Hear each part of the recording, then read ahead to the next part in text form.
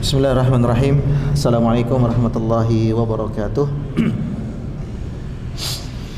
Innal hamdalillah wassalatu wassalamu ala nabiyinal mustafa rasulillah wa ala alihi wa ashabihi wa man tabi'ahum bi ihsanin ila yaumil qiyamah, amma ba'du. Jamaah sekalian yang semoga senantiasa dirahmati Allah Subhanahu wa taala. Insyaallah di malam hari ini kita agak melipir sejenak dari tema rutin kita tentang Sirah Nabawiyah. Malam ini kita ngambil judul tematik menyesuaikan momen. Kebetulan momennya sekarang adalah bulan haram Zulhijjah. Maka tak salah kita memurajaah dan mengulang kembali sekaligus menambah ilmu baru tentang bulan Zulhijjah itu sendiri. Ada beberapa poin-poin yang hendak kita bahas pada malam hari ini sebelum masuk ke inti dari judul kita. Jadi sebelum masuk ke pembahasan utamanya, yaitu tentang keutamaan sekaligus amalan di bulan Zulhijjah, kita kasih muqaddimah dulu beberapa poin untuk menyamakan frekuensi. Ya. Poin yang pertama, yakni Allah Azza wa Jalla mengutamakan sesuatu dibandingkan sesuatu yang lain sesuai dengan kehendaknya. Ya. Ini poin yang pertama.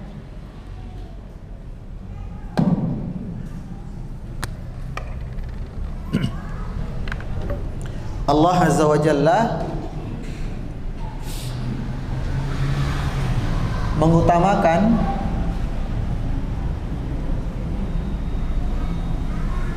sesuatu di atas selainnya sesuai kehendak Allah, sesuai kehendaknya. Jadi Allah Azza wa Jalla memilih dan menentukan makhluk yang satu dengan makhluk yang lain di antara sekian banyak makhluk Allah lebih utama dibandingkan dengan makhluk yang lain. Apapun itu makhluknya, nabi, malaikat, manusia, apalagi waktu, tempat, zat cair, zat padat. Allah utamakan benda-benda tersebut dibandingkan benda-benda yang lain, baik yang sejenis maupun yang mirip, sesuai dengan apa? Kehendak Allah, terserahnya Allah. Sebagai contoh,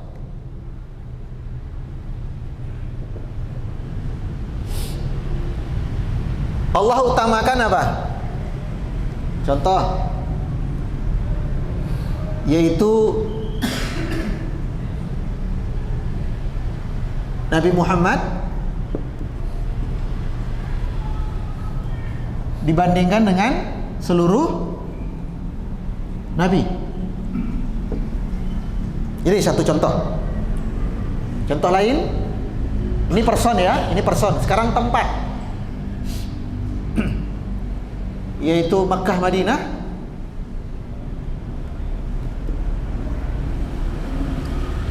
dibandingkan seluruh tempat.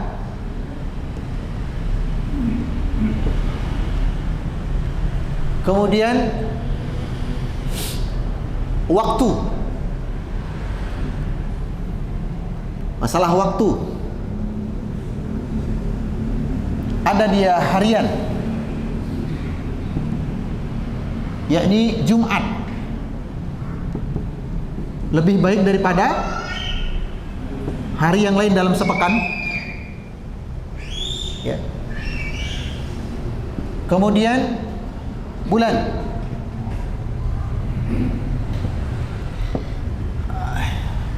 ini Ini bulan Ramadan dan bulan-bulan bulan-bulan haram dibandingkan dengan bulan lainnya.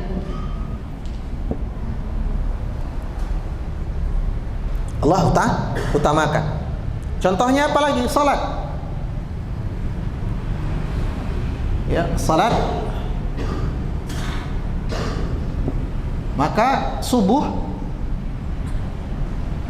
lebih besar, lebih utama dibandingkan salat lainnya. Salat wajib maksudnya ya.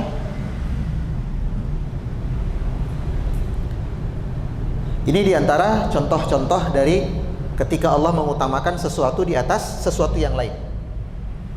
Yang lainnya apa contohnya? Jibril. Jibril lebih mulia daripada seluruh malaikat.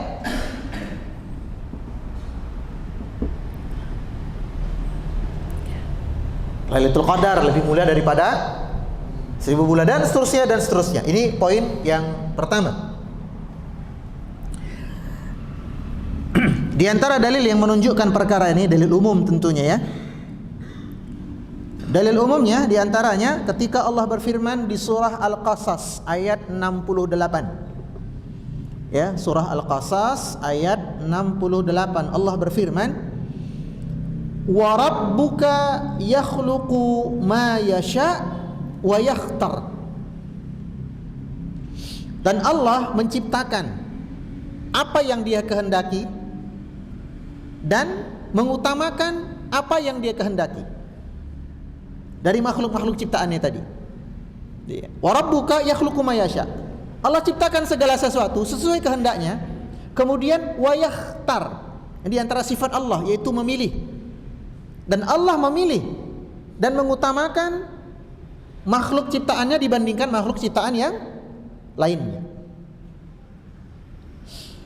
Maka lahumul khirah. Adapun makhluk tidak punya hak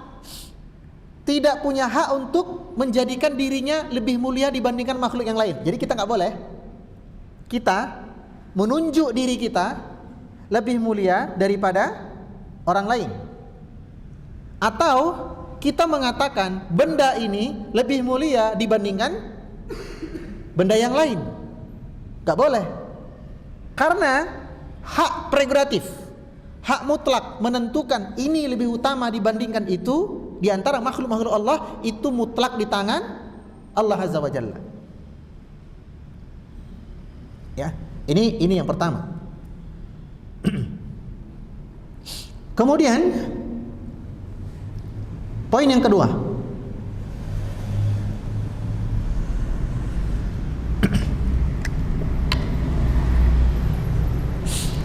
yakni mengapa atau apa hikmah Allah mengutamakan satu makhluknya dibandingkan dengan makhluk-makhluk yang lain. Apa hikmahnya begitu? Kok nggak dibikin sama rata aja gitu loh, podo gitu ya. Sholat di Al-Aman setara dengan 1000 rakaat misalnya. Sama dengan masjid yang lain. Sama semua 1000 rakaat. Tapi kenapa Allah bikin pengkhususan? Dalam waktu, tempat, zat dan lain-lain. Maka salah satu hikmahnya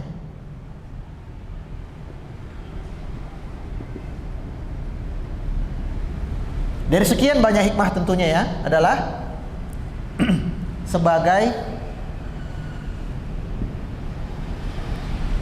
panen amal atau panen pahala, kesempatan panen pahala, sebagai ajang kesempatan untuk panen pahala.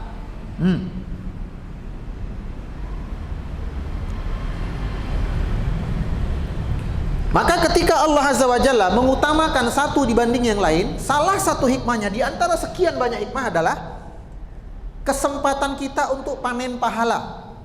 Contoh, Allah utamakan masjid secara umum dibandingkan dengan sholat di rumah bagi laki-laki. Berapa perbandingannya? 1:27. Artinya seorang laki-laki yang sholat di masjid berjamaah, dia mendapatkan pahala 27 kali lipat dibandingkan laki-laki yang salat di rumah. Berarti yang di rumah ini kalau mengejar pahala orang yang di masjid, dia harus sholat sebanyak 27 kali. Sementara yang ke masjid sekali sholat 27 pahala, kan enak. Itu satu contoh. Contoh lain, ketika Allah berfirman, Nabi sallallahu alaihi wasallam bersabda, Al-Quran yaitu alif lam mim bukan satu huruf, akan tetapi alif satu huruf, lam satu huruf, mim satu huruf. Udah? Nah. Lalu ketika huruf-huruf Al-Quran ini kita baca dalam sholat, alif yang tadi bernilai satu huruf menjadi bernilai 27 huruf. Al-Fatihah ada berapa huruf? Gak pernah ngitung? Sama. Yang penting kan bacanya bener daripada sibuk ngitung, ya kan? Nah, Al-Fatihah sekian huruf, udah? Kita baca dalam sholat. Sholatnya di masjid berjamaah, subuh lagi. Wah, itu. Maka pahalanya panen ini. Ini contoh kedua apa? Pahala Al-Quran. Contoh yang lain, yaitu bulan Ramadan.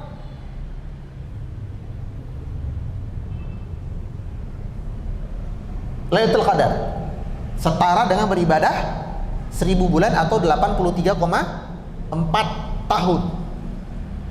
Berarti barang siapa yang sholat maghrib bertepatan dengan masuknya malam Lailatul Qadar, berarti dia mendapatkan pahala seperti orang yang sholat maghrib selama 83,4 tahun. Ini kesempatan untuk panen pahala. Yang ketiga, apa tujuan Allah memberikan kita kesempatan untuk memanen pahala di waktu-waktu yang mulia? Ya. Jadi ini berturut. Nah, pertama Allah kasih keutamaan, sudah.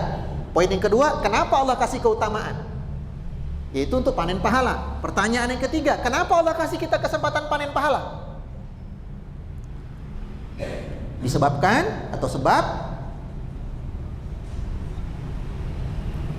umur pendek, sementara itu ladang amal terlampau banyak.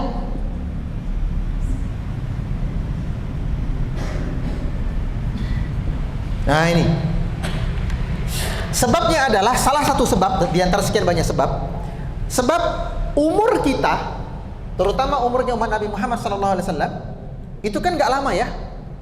Kan bisa jadi jenengan yang duluan, saya yang belakangan. Oh, gak ada yang bilang amin ya. Umur kita kan gak ada yang tahu, iya kan? Habis maghrib kajian, habis sisa makan. Ya, umur kan gak ada yang tahu.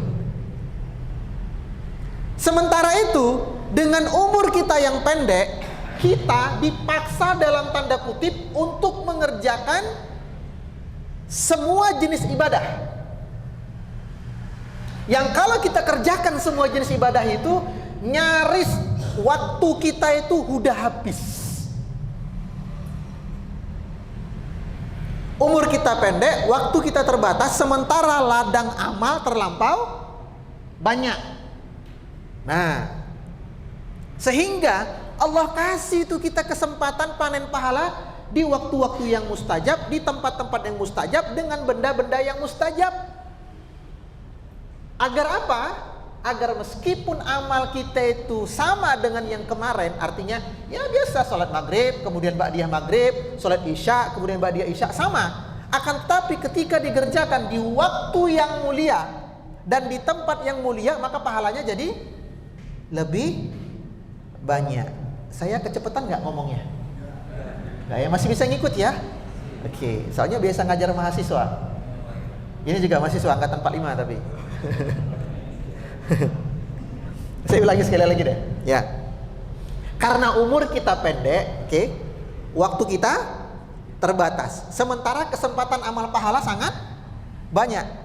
Kita kalau mengerjakan itu semua dari bangun tidur sampai mau tidur kembali, habis waktu. Nah, Lalu dengan hikmahnya Allah, dengan karunia Allah, dikasihlah kisah kesempatan emas dengan waktu-waktu panen pahala. Supaya apa? Supaya meskipun amal kita biasa aja, nggak ada perubahan dibandingkan dengan hari-hari yang lain, hari-hari sebelumnya, tapi pahala kita bisa dapat banyak. Ya gimana nggak terbatas waktu kita ya? Antara maghrib sama isya aja cuma 40 menit ini sisanya. Terbatas sudah itu. Tadi malah diminta Ustadz sekalian sejarahnya. Waduh, sejarahnya Zulhijjah lebih lama lagi nanti. Waktu kita terbatas. Belum lagi apa? Belum lagi kalau uban sudah tumbuh. Wah, itu waktunya udah mepet itu. Sebagaimana kisah Nabi Sulaiman. Ketika malaikat maut datang yang kedua kalinya, kaget. Ya malaikat maut, wahai malaikat maut, bukankah aku sudah bilang sama kamu, kalau mau datang sekali lagi, kirim utusan dulu biar aku siap-siap. Kata malaikat maut, sudah aku kirim 3 utusan. Loh mana, nggak ada. Kata malaikat maut, yang pertama, kulitmu yang dulu kencang sekarang telah keriput. Itu peringatan dariku, utusanku. Yang kedua, punggungmu yang dulu tegak lurus sekarang mulai kebungkuk. Dulu naik motor tegap gagah, sekarang padahal stangnya bukan stang racing, tapi karena bungkuk. Yang ketiga, dulu rambutmu semuanya hitam, sekarang mulai ada putih-putihnya. Itulah 3 utusanku. Baik.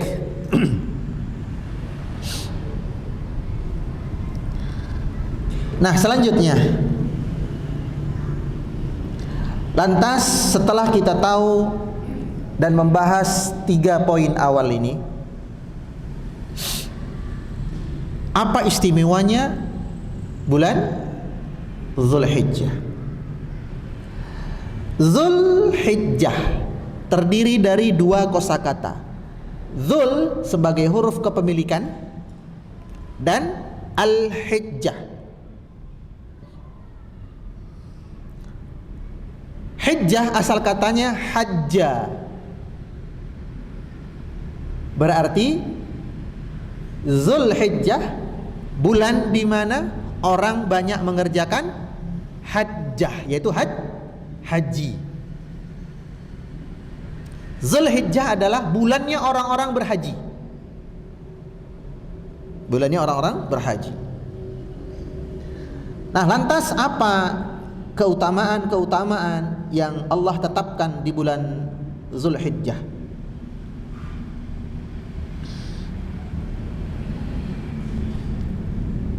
Yang pertama, bahwa bulan Zulhijjah adalah satu di antara 4 bulan haram atau bulan mulia. Haram di sini artinya mulia. Sebagaimana kosakata bahasa Indonesia hurumat, diserapnya jadi apa? Hormat. Itu berasal dari bahasa Arab. Hurumat. Hurumat asal katanya haramun. Bukan haram fikih ya. Haram mulia. Apa saja 4 bulan itu? Zulqa'dah, Zulhijjah, Al-Muharram. Ini 3 berturut-turut. Zulqa'dah, Zulhijjah, Al-Muharram. Lalu satu lagi adalah bulan Rajab.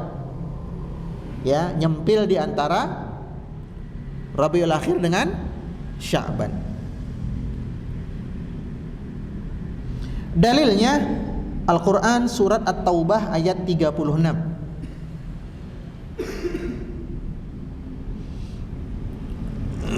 Allah berfirman, Inna iddatash syuhuri 'indallahi 12 syahran fi kitabillah.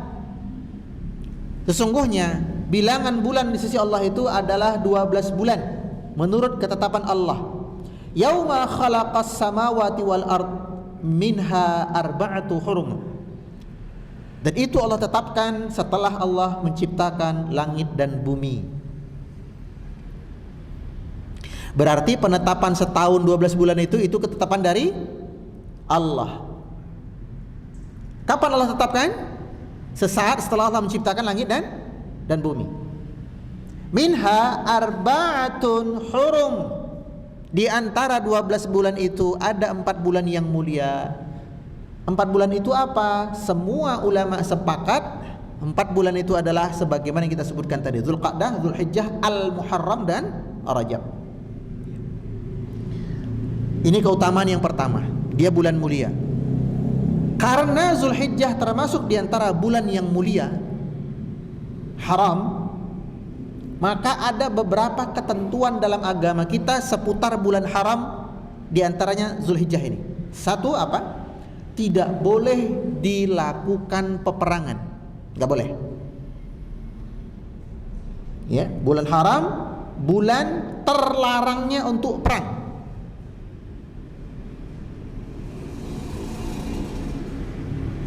Yang kedua, apalagi seputar ketentuan bulan haram ini?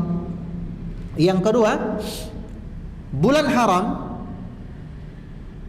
barang siapa yang beribadah di bulan itu, maka pahalanya lebih besar. Sebagaimana siapa yang bermaksiat di bulan itu, dosanya juga lebih besar.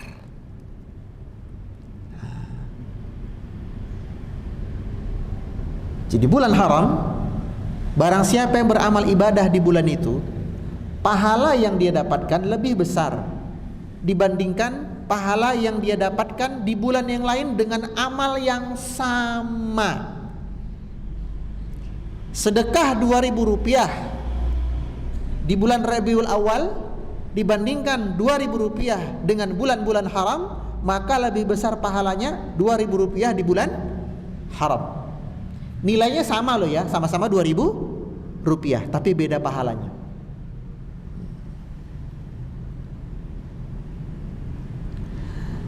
Keutamaan yang kedua dari bulan Zulhijjah,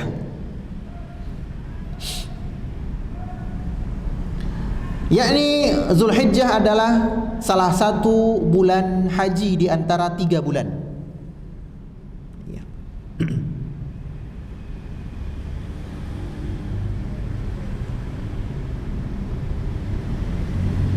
Ya, Zulhijjah adalah salah satu bulan haji di antara 3 bulan. Emang yang 3 bulan itu apa aja?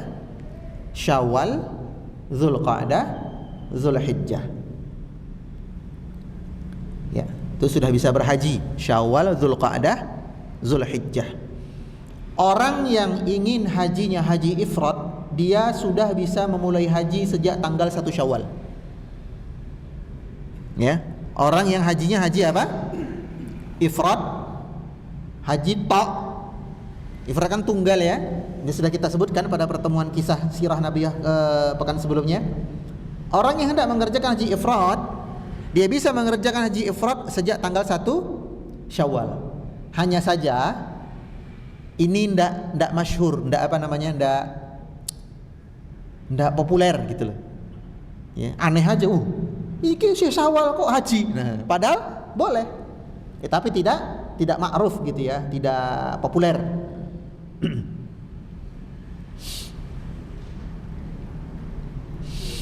Ya.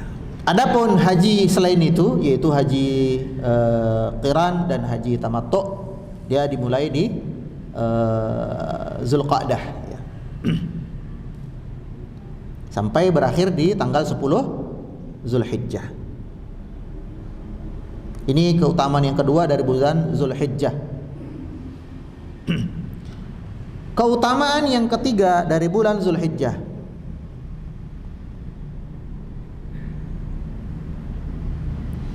yakni di 10 hari pertamanya. Ya, di 10 hari pertamanya. Allah berfirman di surah Al-Fajr,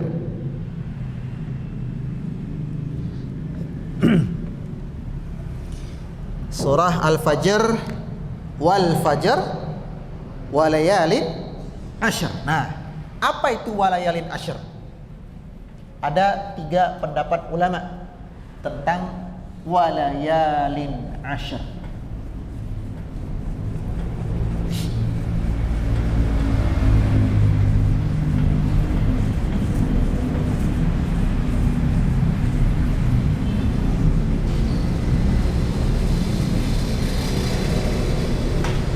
wal fajr wa layalin ashr.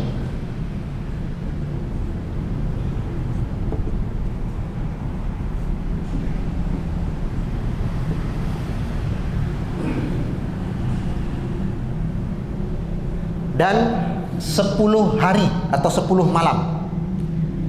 Hari dalam bahasa Arab tidak hanya bisa disebut dengan yaum, tapi bisa disebut juga dengan lail. Sebagaimana malam dalam bahasa Arab tidak hanya bisa disebut dengan lail, tapi juga terkadang Allah sebut dengan yaum. Ini uniknya bahasa Arab. Ya. Meskipun hari dalam bahasa Arab itu yaum, tapi dalam beberapa kasus hari juga Allah sebut dengan laili. Sebagaimana malam dalam bahasa Arab itu lail, tapi dalam beberapa tempat Allah mensifati siang dengan lail. Nah, itu yang pertama. Nah, lalu apa makna walayalin asyr ini? Ya, 10 hari atau malam. Ada 3 pendapat ulama. Yang pertama yaitu 10 hari terakhir Ramadan. Ini pendapat yang pertama. Pendapat yang kedua, 10 hari pertama Zulhijjah. Pendapat yang ketiga, 10 hari pertama Al-Muharram atau bulan Al-Muharram. Ya. 10 hari pertama, 10 hari terakhir Ramadan, 10 hari pertama Zulhijjah, 10 hari pertama Al-Muharram. Di antara ulama yang habis baterainya nih. Oh iya.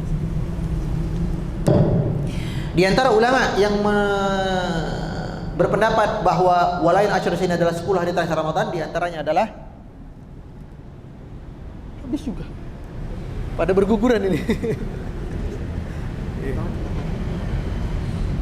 Oke, udah ya. Di antara ulama yang berpendapat 10 hari terakhir Ramadan adalah Imam Abu Hanifah.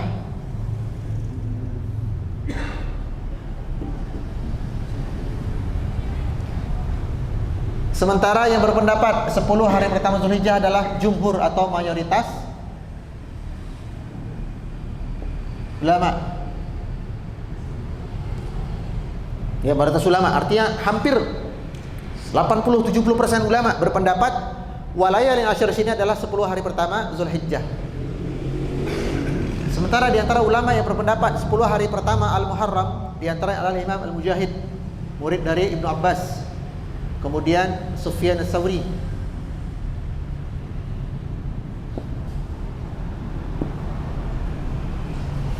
Lantas mana yang lebih rajih, mana yang lebih kuat? Wallahu a'lam, yang lebih kuat adalah pendapat mayoritas ulama yang mengatakan walayalin asyr di sini adalah 10 hari pertama bulan Zulhijjah. Nah, kaidahnya, kaidah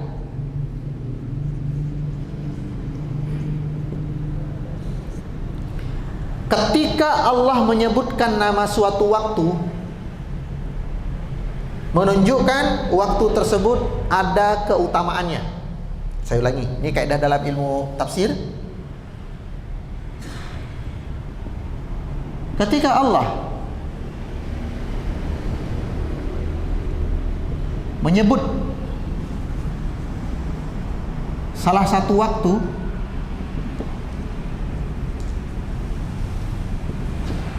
maka menunjukkan ada keistimewaan. Ada keistimewaan pada waktu tersebut. Nah, ada keistimewaannya. Contoh, wal fajr, demi waktu subuh. Allah menyebut nama makhluknya wal fajr, menunjukkan waktu subuh sampai pagi itu ada keutamaannya. Apa di antara keutamaan waktu subuh sampai pagi?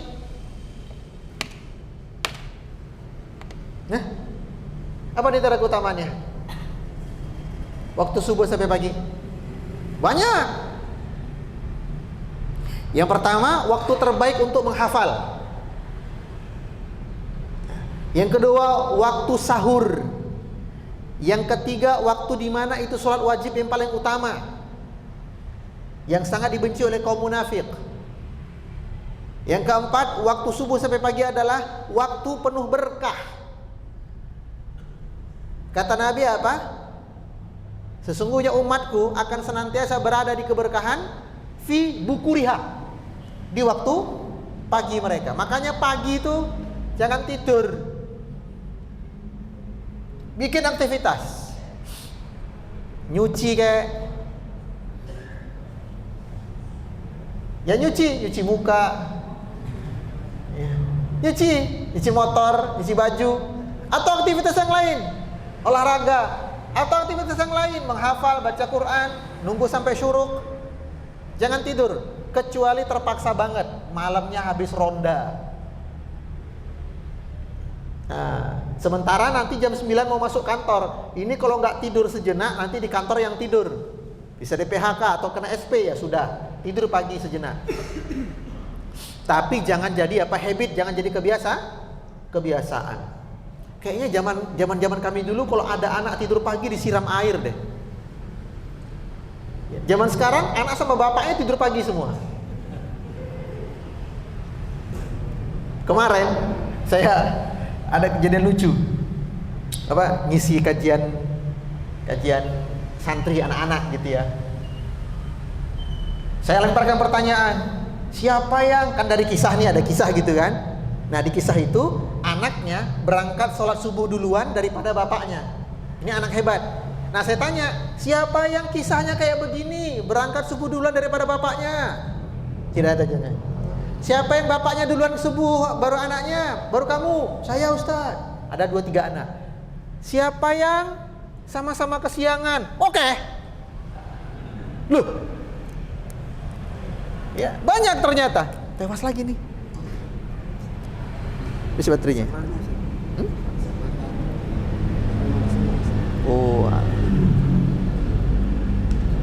Saklarnya sering mati sendiri. Ya ini kode ya buat beli baru. Siapa yang sama-sama kesiangan? Saya loh, kok rame? Ya rugi kita. Ya rugi karena menyia-nyiakan waktu pagi. Ya. Ini di antara 3 tafsiran para ulama seputar walayalin asyar. Kemudian keutamaan berikutnya,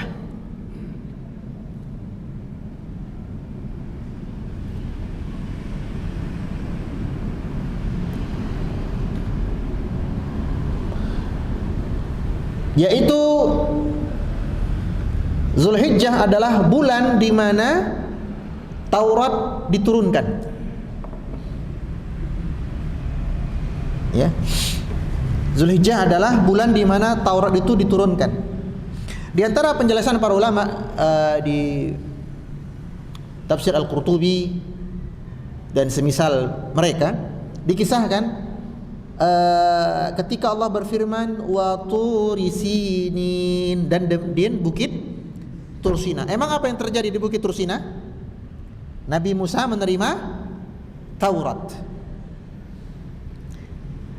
Tapi ada kisah sebelum itu, kisah panjang, dan sanad ini dihasankan sebagian ulama, bahkan ada yang mensahihkan. Apa itu kisahnya? Allah Azza wa Jalla memerintahkan Nabi Musa untuk berpuasa sebulan penuh. Sebulan penuh. Udah? Lalu setelah 1 bulan penuh, Allah perintahkan Nabi Musa untuk menambah 10 hari lagi. Menambah 10 hari lagi. Berarti total 40 hari. Nah, inilah yang dikisahkan dalam kitab-kitab tafsir bahwa Nabi Musa meninggalkan kaumnya sejenak selama 40 hari. Itu loh. Nah, di hari yang ke-10 dari kan 30 ini selesai, dah. lalu 10 tambah. Nah, hari yang ke-10 yang terakhir itu, disitulah Allah Azza wa Jalla wa kallamallahu Musa takliman. Dan ingatlah ketika Allah berbicara kepada Musa tanpa perantara. Jadi di Bukit Tur Sinai itu Allah Azza wa Jalla mengajak Nabi Musa berbicara langsung tanpa perantara. Namun perlu diingat, waktu itu Nabi Musa alaihissalam hanya berbicara dengan Allah, bukan melihat Allah langsung. Bukan. Sebab satu-satunya kesempatan kita untuk melihat Allah langsung tanpa pembatas, tanpa hijab, clearly kita melihat, itu nanti di surga. Yakni ketika semua penduduk surga telah menempati istananya masing-masing, semua penduduk neraka telah menempati lembah nerakanya masing-masing, lalu kematian disembelih, artinya sudah abadi. Dah. Waktu itu penduduk surga sedang menikmati kebahagiaan mereka yang tanpa batas. Mereka yang dulu di dunia merasakan kepedihan, mungkin dulu diazab oleh orang-orang kafir, atau kepedihan dari sisi apa? Ekonomi yang seret, kesulitan beribadah, menahan ngantuk, menahan lapar, dan seterusnya.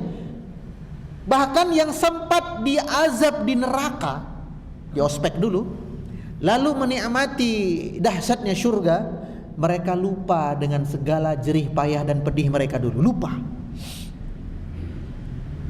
Tatkala mereka berada di puncak-puncak kenikmatan dengan surga, lalu terdengar suara dari atas memanggil, "Ya ahlul jannah, ya ma'asyiral jannah, wahai kalian penduduk surga.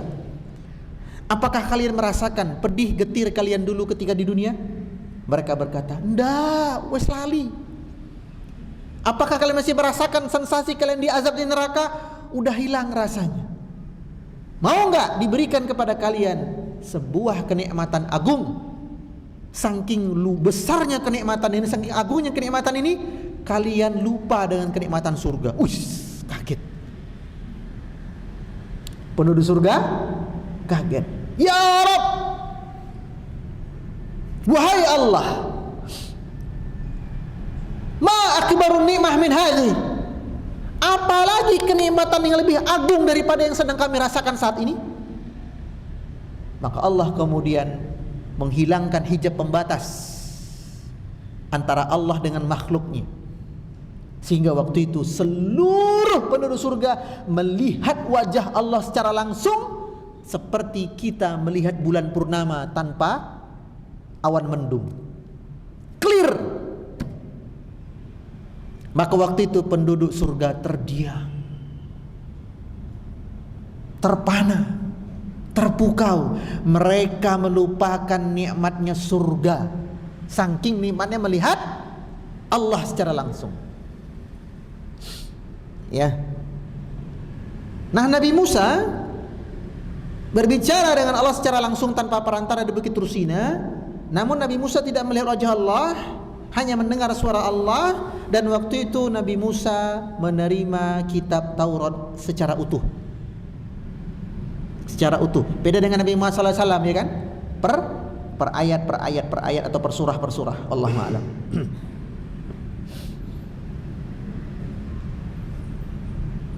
Oke. Selanjutnya,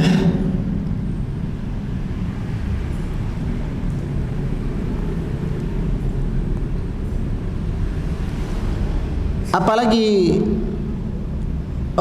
masuk pembahasan yang ketiga, yaitu amal apa yang bisa kita kerjakan di bulan Zulhijjah.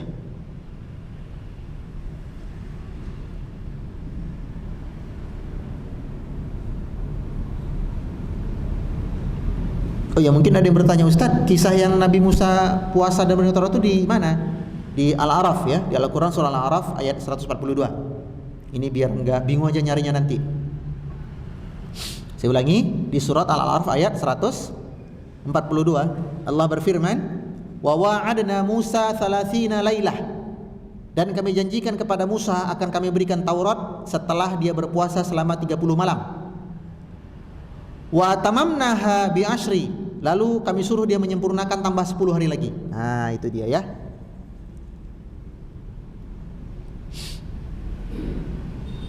Dan hari itu adalah hari Jumat. Dia turunnya Taurat di tanggal 10 Zulhijjah, hari Jumat. Jadi 30 harinya adalah Zulqa'dah, 10 harinya adalah Zulhijjah. Tepat di hari yang ke-10 Zulhijjah, hari Jumat, turun kitab Taurat.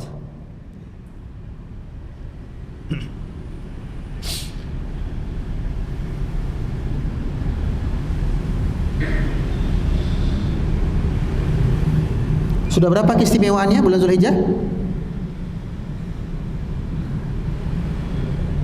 Sudah berapa? 4. Ini masih banyak ya. Ya apa-apa lah ya, saya sebutkan aja. Nanti kita habis azan lanjut lagi ya, sambil menunggu iqamah, soalnya masih banyak. Keistimewaan berikutnya dari bulan Zulhijjah, yakni 10 hari pertama Zulhijjah adalah waktu di mana Allah sangat mencintai jika di waktu tersebut amalan dikerjakan. Panjang banget, saya perpendek aja. Amalan 10 Zulhijjah sangat dicintai Allah. Nah, gitu aja ya. Amalan di 10 Zulhijjah sangat dicintai oleh Allah.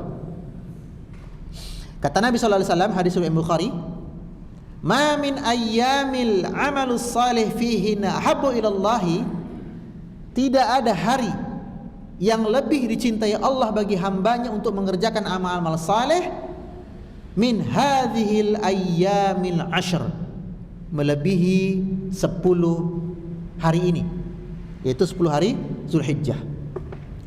Qalu, para sahabat bertanya, walal jihadu fi sabilillah, apakah tidak juga dengan jihad di jalan Allah wahai Nabi? Qala walal jihad fi sabilillah, bahkan tidak juga dikalahkan oleh orang yang berjihad di jalan Allah illa, kecuali rajulun kharaja bi nafsihi. Nanti kita lanjut setelah azan ya.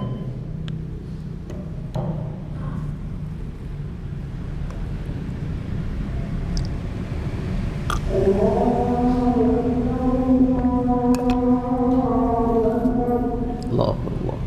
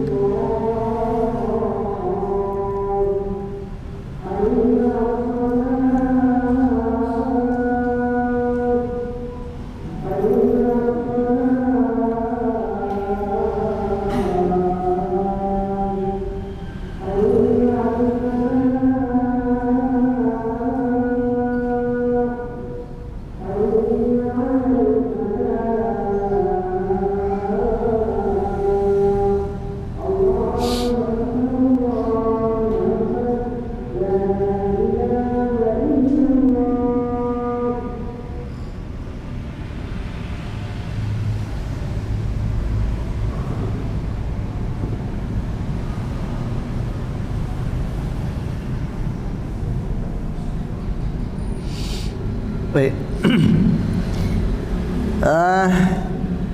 Sahabat bertanya apa? Wahai Rasulullah, saking utamanya beramal di 10 hari Zulhijjah itu, apakah lebih utama daripada jihad? Kata Nabi, iya, lebih utama daripada jihad. Illa, kecuali rajulun kharaja bi nafsihi wa malihi, kecuali seseorang yang keluar berjihad dengan jiwanya dan dengan hartanya. Walam yarji' min dzaliki bi syai', dan dia tidak pernah kembali lagi. Artinya apa? Gugur. Harta dia gunakan untuk berjihad, jiwa dia serahkan untuk berjihad. dia nggak kembali. Dah. Nah itu bayang mutab. Artinya ini menunjukkan apa? Saking istimewanya 10 hari pertama Zulhijjah dihiasi dengan amal-amal soleh. Pertanyaannya, mana yang lebih afdal? Mana yang lebih utama? 10 hari Zulhijjah atau 10 hari Ramadan? Nah, ini jadi masalah. Padahal Allah berfirman tentang 10 hari Ramadan apa? Khairum min alfi syahr. Sementara di hadis ini Nabi katakan sangat istimewa dibandingkan dengan jihad, kecuali jihad sampai meninggal, wafat, gugur, syahid. Prinsip kita, tidak mungkin dua dalil yang sama-sama sahih bertentangan. Itu nggak mungkin. Sebab Allah berfirman, "Dzalikal kitabu la raiba fih." Itulah Al-Quran yang tidak ada keraguan di dalamnya. Salah satu makna dari keraguan adalah tidak mungkin Al-Quran dan pensyarahnya itu hadis saling bertentangan dalilnya. Gak mungkin. Lalu bagaimana cara menggabungkannya? Penjelasan terbaik adalah sebagaimana yang dijelaskan oleh Syekh Muhammad bin Shalih Al-Utsaimin, bahwa kalau malamnya maka lebih afdal 10 hari terakhir Ramadan. Sebab di 10 akhir malam Ramadan itu ada Lailatul Qadar. Tapi kalau siangnya maka lebih afdal 10 hari pertama Zulhijjah. Sebab di 10 hari pertama Zulhijjah siangnya itu adalah di situ ada wukuf di Arafah, di situ juga ada penyembelihan hewan kurban. Kita ambil jalan tengah, kita kompromikan dua dalil yang sama-sama apa? Sahih. Baik, pembahasan yang ketiga. Ya, ini sudah, keutamaan sudah, sekarang ibadahnya. Ibadah apa yang bisa kita maksimalkan di bulan Zulhijjah, terutama 10 hari pertama Zulhijjah ini? Yang pertama,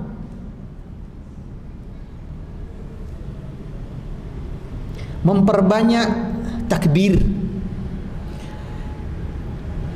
Ibnu Abbas berkata,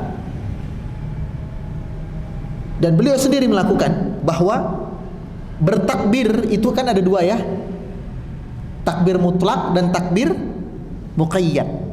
Nah, takbir mutlak berarti takbir yang bebas dilakukan tanpa batasan waktu. Sehingga di 10 hari pertama Zulhijjah itu justru kita dianjurkan untuk bertakbir sepanjang hari. Allahu Akbar, Allahu Akbar, La ilaha illallah, Wallahu Akbar. Berlaku sejak kapan? Sejak maghrib malam 1 Zulhijjah. Lagi nunggu Bang Jo, ya kan, perempatan Pingit, Sui. Lama banget tahu perempatan Pingit Bang Jo-nya, biasanya do melipir ngiri gitu. Jo muter gitu ya. Kalau dari arah barat kena perempatan Pingit, abang gitu, lipir kiri. Nah, masuk Pak Kuningratan gitu. Nah, daripada bengong, takbir Allahu Akbar, Allahu Akbar. Ya, itu lebih afdal daripada malah ngrungokke saya nyanyi-nyanyi di perapatan. Malah melu ngene-ngene meneh malah. Takbir. Tapi Ustaz, aneh. Kenapa aneh? Karena sunnahnya nggak dihidupkan. Ya, sunnahnya nggak dihidupkan. Benarlah perkataan Syekhul Islam Ibnu Taimiyah. Apa katanya beliau? Ketika di satu daerah bid'ah dihidupkan, maka satu sunnah mati. Itu hukum alam. Nah, kita hidupkan lagi sunnah Nabi yang hampir punah ini. Takbir Allah. Ya nggak usah pakai toa kemana-mana, usah juga. Ya sebentar kan, ya semobil, nyetir mobil kan. Allahu Akbar, Allahu Akbar, La ilaha illallah. Kayak saya tadi naik ojek online gitu. Ya, karena motor servis, nah mau ngambil ke bengkel, saya takbir. Allahu Akbar, Allahu Akbar. Kaget supir ojeknya. Pak, ini pun Idul Adha pun tidak. Lihat ya, seni memancing orang dapat ilmu baru. Dia kaget, kok saya bertakbir. Pak, salah tanggal apa Pak? Ini kan belum Idul Adha. Urung wayahe bodoh. Nah itu, saya kata bahwa salah satu di antara amal, saya jelaskan dalilnya ini. Sahabat matanya, oh alah, nembe ngeretas kula. Ya wes Mas, yuk takbir bareng. Yang penting ojo bablas wae tempat tujuannya. Ya Allahu Akbar tuh. Kemudian takbir kedua apa? Takbir muqayyad, takbir terikat dengan waktu, ya ini selepas sholat wajib. Ya. Namun, nah kalau untuk sholat wajib, jika jamaahnya belum terbiasa, jangan langsung main takbir.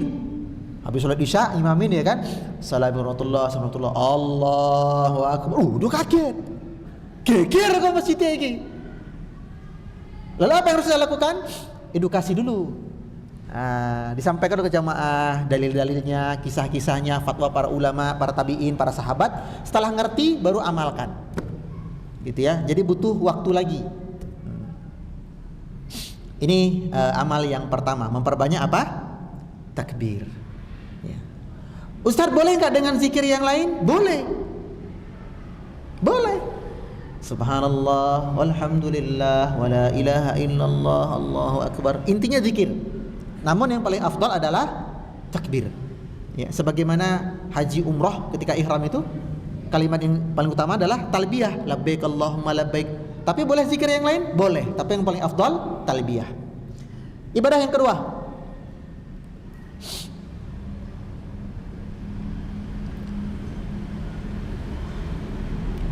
yakni memperbanyak doa. Karena ini bulan haram, bulan mulia, termasuk waktu-waktu yang mustajab.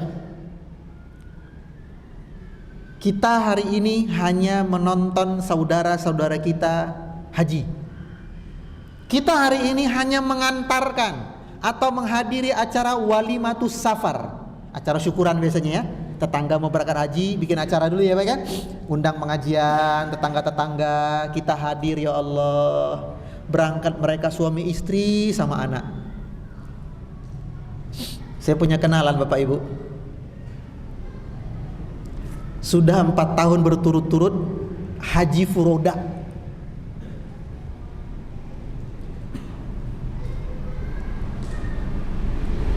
Tahun-tahun sebelumnya dia sama orang tuanya 2, dia suami istri 2, anak 2, 6 orang haji furoda. Haji furoda berapa? 400 juta kali 6, 2,4 miliar. Kui nyambut gawe apa yo? Lalu ketika orang tuanya meninggal, tinggallah mereka berempat, dan tahun ini berangkat lagi. Subhanallah, luar biasa. Kita doa, ya Allah, mbok jangan diparingi rezeki ya Allah. Pengen banget. Ya banyak-banyak berdoa. Yang ketiga, amal berikutnya itu memperbanyak puasa di 10 hari Zulhijjah ini. Kapan berakhir puasanya? Tanggal 9 Zulhijjah. Tanggal 10 puasa enggak? Enggak boleh, karena sudah masuk hari raya. Haram hukumnya puasa hari raya. Tapi Ustadz, yang berkurban bagaimana? Yang berkurban bukan puasa. Yang berkurban itu menunda makan. Dan itu hanya berlaku bagi yang berkurban. Nek sing nompo daging kurban ora kegayaan. Hah? Ngerti maksud saya? Sahibul kurban aja itu yang nahan makan. Dia baru makan setelah hewannya disembelih, dimasak, biar makannya banyak. Adapun kita yang cuman daftar penerima daging kurban, yo maem wae sadurunge salat ya. Pak, orang sarapan, loh kan kita kurban, loh jenengan kan penerima. Ya, nah ini yang sering salah kaprah. Ya, Saya kira ini pembahasan kita. Barakallahu fikum, wallahu taala alam. Subhanaka wa bihamdika, la ilaha illa anta, astaghfiruka wa atubu ilaik. Wassalamualaikum warahmatullahi wabarakatuh.